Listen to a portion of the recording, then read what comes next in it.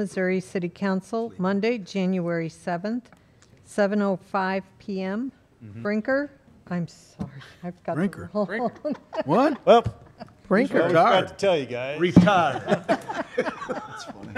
Let's try this again. Heidrich. Aye. Holtmeyer. Aye. Moheski. Yep. Patke. Here. Pettit. Here. Scornia. Sullentrup. Here. Waterman. Here. Please rise for the Pledge of Allegiance. I pledge allegiance to the flag of the United States of America and to the republic for which it stands, one nation, under God, indivisible, with liberty and justice for all.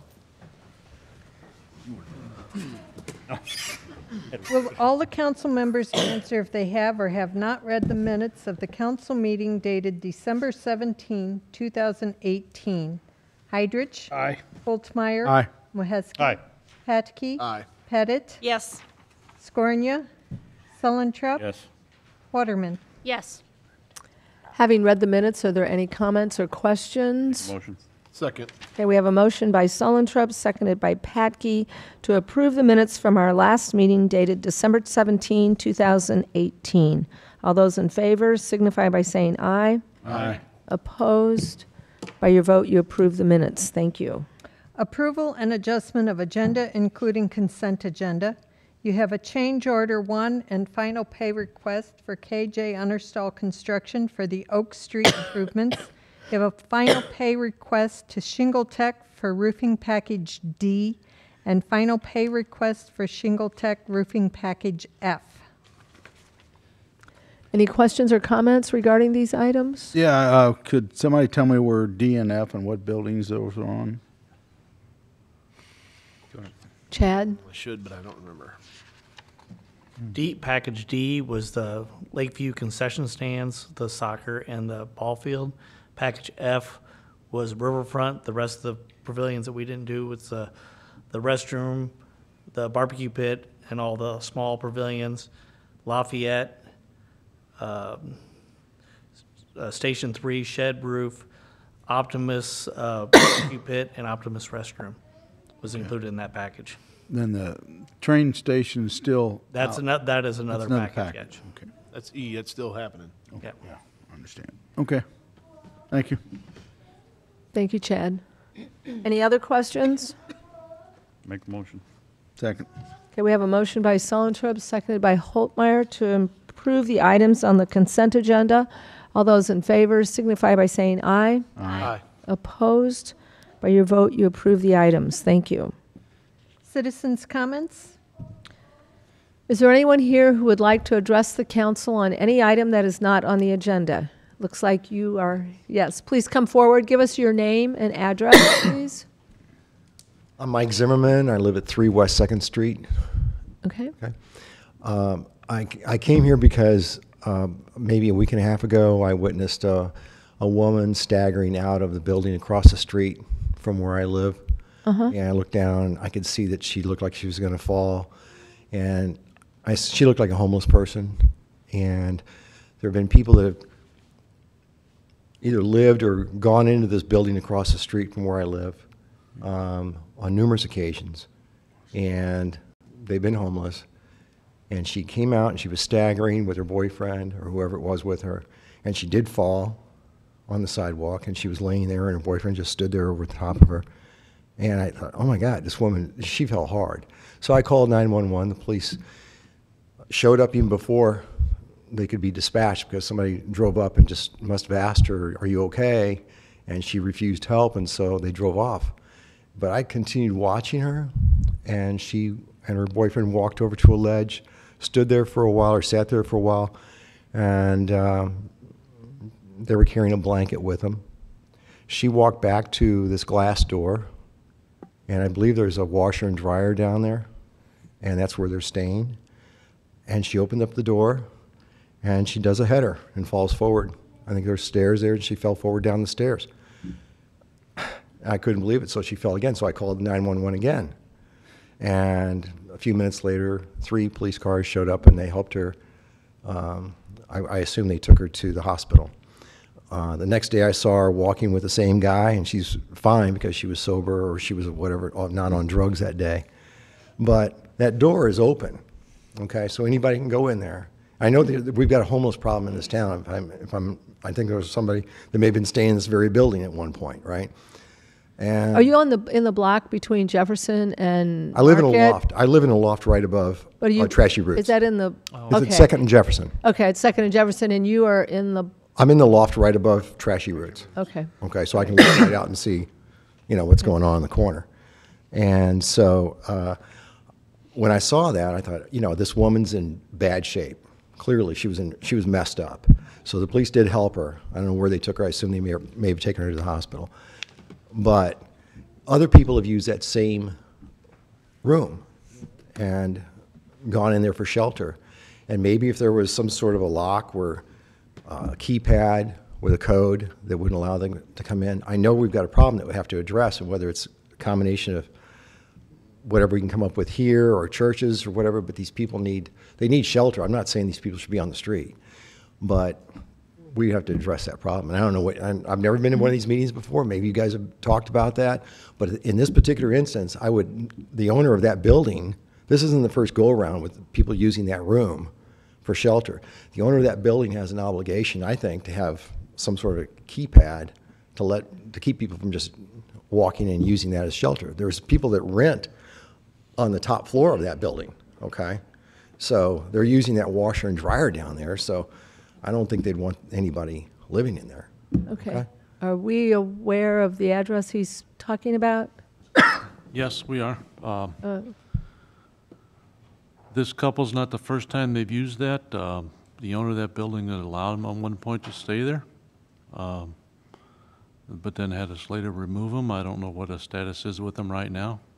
The same couple's living in a tent behind Harmony House right now at a residence, and we're talking with them about his situation there because it's an elderly gentleman.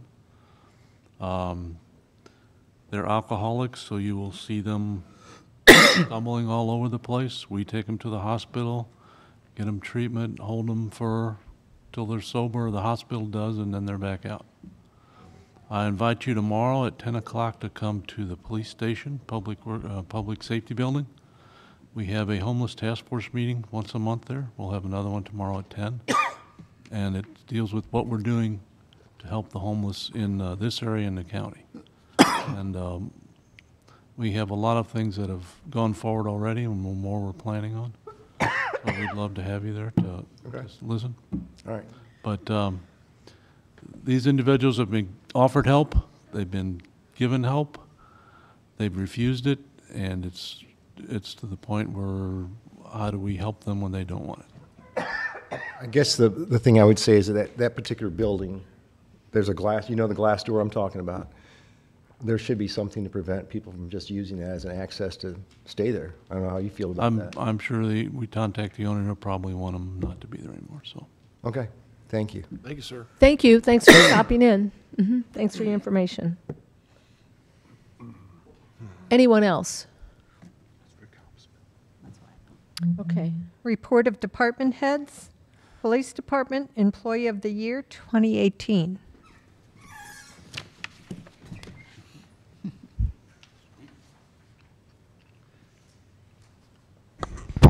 Officer Burke, could you come forward? We have an awards committee at the police department made up of staff and officers, and we review exemplary performance every year in different areas. The awards committee makes recommendations to Mothers Against Drunk Driving, the Missouri Traffic Safety Bureau, and other agencies for awards for our officers. And then we also have our awards that we give officers. So every year we give a police department Employee of the Year award, and this year it is Officer David Burke.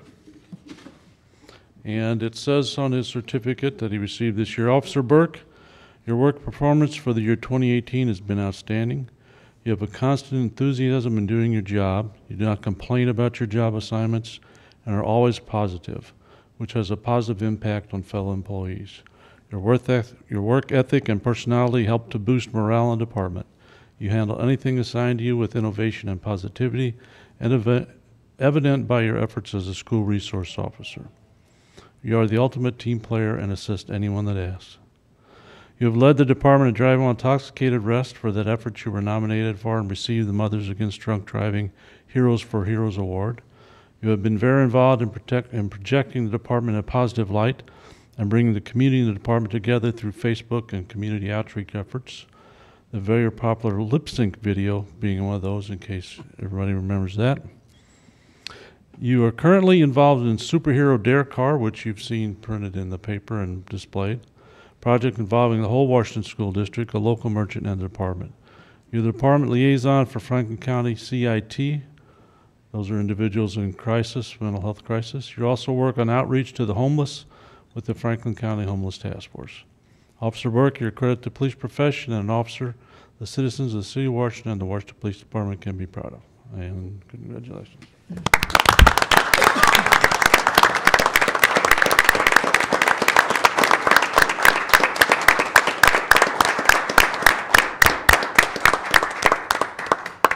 Any speech? Is it all right? Thank you, guys. Congratulations, David. So, thanks for all you do. The next award is, again, presented by the Awards Committee as a recommendation and was awarded to Officer Jason Gibson. You come forward.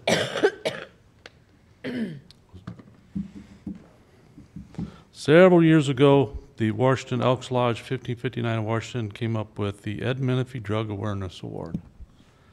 And so the department has reviewed that through the Awards Committee and issued that award every year to an officer that exceptional work in drug enforcement efforts or drug education efforts against the drugs. So Officer Gibson has been exceptional in his service as a police officer to the City of Washington. Of note is his enforcement efforts against the possession of illegal drugs, his instinct, taking initiative to investigate further, and being thorough in reporting contribute to his success in apprehending drug abusers and in presenting solid case to the prosecutor's office. Also of note is the number of impaired driving arrests Officer Gibson has made, furthering the department's mission of protecting the community. Officer Gibson is to be commended for his efforts. The citizens of Washington can be proud to have such a committed officer who strives to battle the illegal drugs in our community, thus making an impact in the reduction of other crimes perpetrated by drug abusers and maintaining the safety of the community. Thank you, Officer Gibson.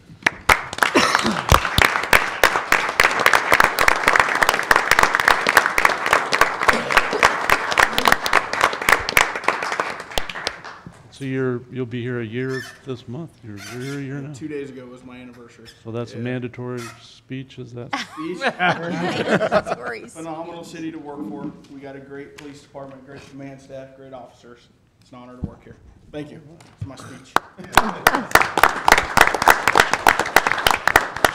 I think it's worth noting officially that both of them have been with the department a short time. I mean, you just a little over a year, and you're not too much. 2 years?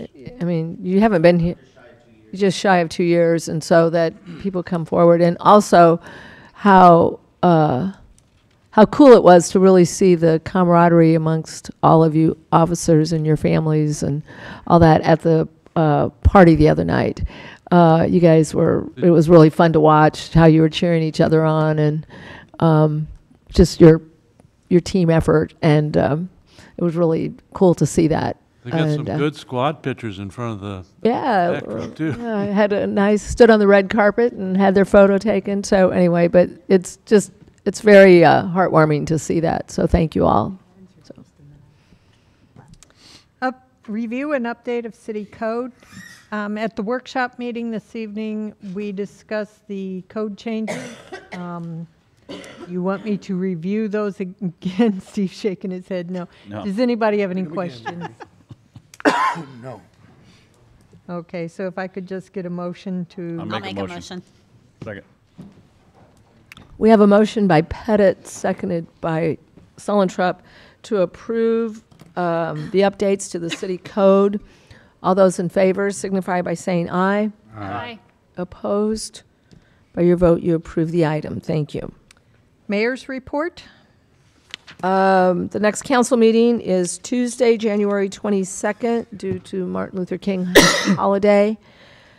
And then, of course, that'll happen again in February.